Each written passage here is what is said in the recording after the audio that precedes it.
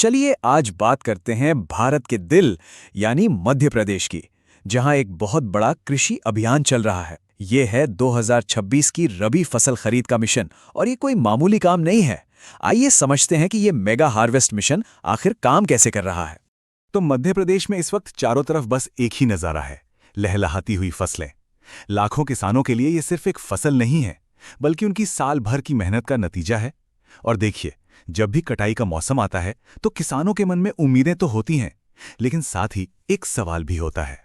जी हाँ, यही वो सबसे बड़ा सवाल है कि क्या इस साल की जो कड़ी मेहनत है वो रंग लाएगी। तो चलिए आज इसी पूरी प्रक्रिया को जरा करीब से समझते हैं।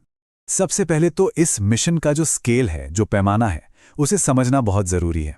देखिए, ये कोई छोटा मोटा काम नहीं है, बल्कि एक ऐसा ऑपरेशन है जिसमें लाखों किसान और करोड़ों की फसल शामिल है। किसानों की भागीदारी में एक ज़बरदस्त उछाल आया है। अगर आंकड़ों पर नजर डालें तो 2025 में जहां 15.4 लाख किसानों ने रजिस्ट्रेशन कराया था, वहीं इस साल ये नंबर बढ़कर रिकॉर्ड 19 लाख तक पहुंच गया है।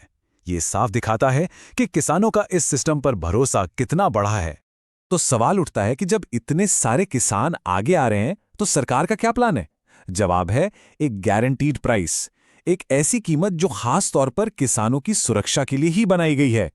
इसकी पहली कड़ी है केंद्र सरकार का तय किया हुआ मिनिमम सपोर्ट प्राइस यानी एमएसपी, जो है 2,585 रुपये प्रति क्विंटल। ये एक तरह का सेफ्टी नेट है जो किसानों को एक बेसिक कीमत की गारंटी देता है। और बात यहीं खत्म नहीं होती। इसके ऊपर मध्य प्रदेश की राज्य सरकार 40 रुपये प्रति क्विंटल का एक एक्स्ट्रा बोनस भी दे रही है। ये किसानों के लिए एक और बड़ा सपोर्ट है। तो इन दोनों को मिलाकर जो फाइनल कीमत किसान को मिल रही है वो है 2,625 रुपये प्रति क्विंटल। ये एक बिल्कुल साफ और पक्की फाइनेंशियल गारंटी है। लेकिन देखिए, ये मिशन सिर्फ अच्छी कीमत देने तक ही सीमित नहीं है।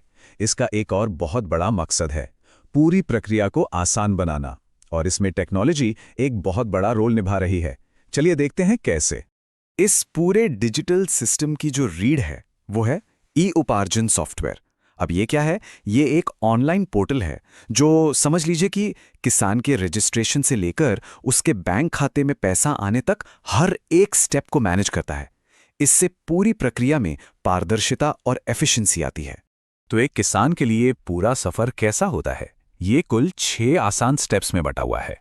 पहले ऑनलाइन रजिस्ट्रेशन, फिर अपनी सुविधा के हिसाब से स्लॉट बुकिंग, और फिर तय समय पर केंद्र पर फसल लेके पहुंचना। बस किसान का काम यहां खत्म। इसके बाद ट्रांसपोर्टेशन, स्टोरेज और पेमेंट की जिम्मेदारी सब सिस्टम की है। तो चलिए अब ऑनलाइन दुनिया से निकलकर जरा ग्राउंड पर चलते हैं और देखते हैं कि इन खरीद केंद्रों पर असल में होता क्या है। पूरे राज्य में 3,600 से भी ज्यादा ऐसे केंद्र बनाए गए हैं, और ये सिर्फ अनाज तौलने की जगह नहीं है। इस बात का पूरा ध्यान रखा गया है कि किसानों को कोई परेशानी ना हो, जैसे उनके बैठने के लिए छायादार जगह है, पीने का पानी है, और अगर कोई सवाल है तो मदद के लिए हेल्प डेस्क भी मौजूद है। मतलब कोशिश ये है कि पूरी प्रक्रिया सम्मानजनक और आसान हो। और शायद सबसे जरूरी चीज, पेमेंट का वादा। जैसे ही किसान अपनी फसल बेचता है, ठीक 7 वर्किंग डेज के अंदर अंदर पैसा सीधा उसके आधार से जुड़े बैंक अकाउंट में पहुंच जाता है। इससे न कोई देरी होती है, न बिचौलियों का चक्कर। ये किसानों को एक बड़ी फाइनेंशियल सिक्योरिटी देता है। अच्छा, ये जो पूरी कहानी है, ये सिर्फ गेहूं तक ही सीमित नहीं है। राज्य सरकार दूसरी जरूरी फसलों के लिए भी किसानों को सपोर्ट कर रही है, लेकिन अलग अलग तरीकों से। और ये बहुत दिलचस्प है। देखिए, हर फसल के लिए एक ही जैसी पॉलिसी काम नहीं कर सकती।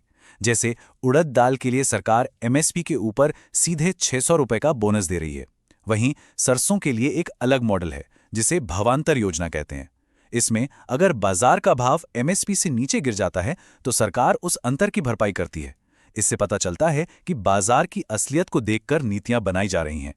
अब जरा एक कदम पीछे हटकर बड़ी तस्वीर को देखते हैं कि ये सारी कोशिशें आखिर किस बड़ी योजना का हिस्सा हैं।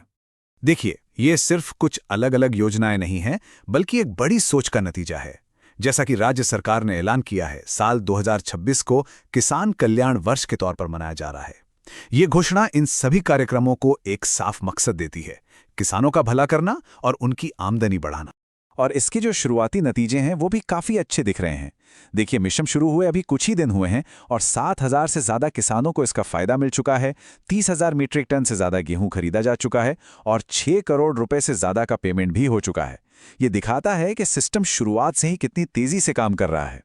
तो इन सबको देखकर आखिर में एक बड़ा सवाल मन में आता है, क्या ये मॉडल, जिसमें टेक्नोलॉजी, गारंटी वाली कीमतें और ज़मीनी स्तर पर मदद, इन सबका जो मिश्रण है, क्या ये पूरे भारतीय कृषि के भविष्य का एक रास्ता हो सकता है? ये एक ऐसा सवाल है जिस पर सोचने की